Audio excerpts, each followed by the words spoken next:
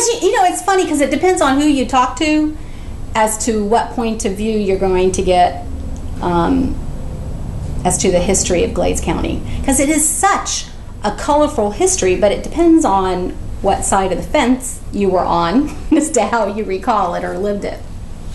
The first people that came into Glades County, of course, was the Seminole Indians. The second to come in was the soldiers. The soldiers went back and decided they'd like to come and settle. So the third would be the third and the fourth was the fishermen and the cattlemen, and then the farmer, and then the merchants, almost in that exact order. I never believed that he really did ride his cow to school until he found a picture of it. And he did. He would ride the cow to school, the cow would walk back to the house, and then he would walk home with his friends. There was a little forest that never existed any place else in the world that we know of, or that I know of. It was called a custard apple forest. And it was about a half a mile or a mile wide and stretched all the way from Moorhaven all the way over to Clewiston. All those, you know, those miles, probably 10 or 12 miles. And they say underneath it was probably the most ethereal, beautiful sight that you'd ever see. You walked underneath it and the fern would be somewhere from knee high to waist high.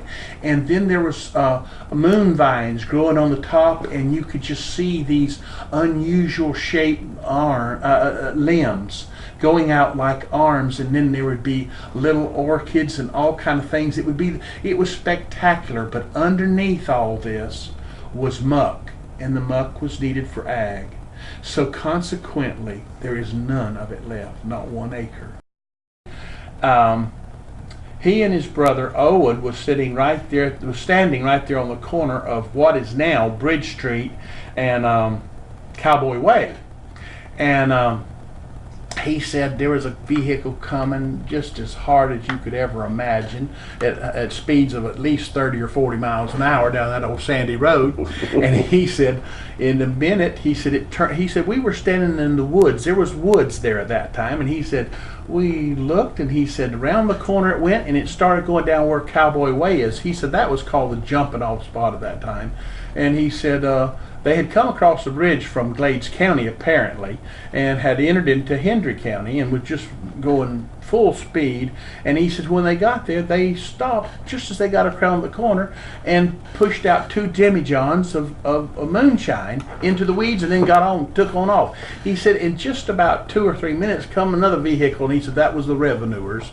And he said around the corner they could see the vehicle taking off way on down to the actually to the east, down where Cowboy Way is now. And he said he and his brother knew what moonshine was. He said they just rolled it on to their home. Glades County is just clean. There's no pollution.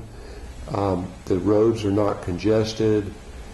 When you leave Tampa and head this way, the closer you get, the more relaxed you get. And when you get here, you just start feeling good about things. And you know, you start breathing the fresh air and looking around and seeing all the viewscapes.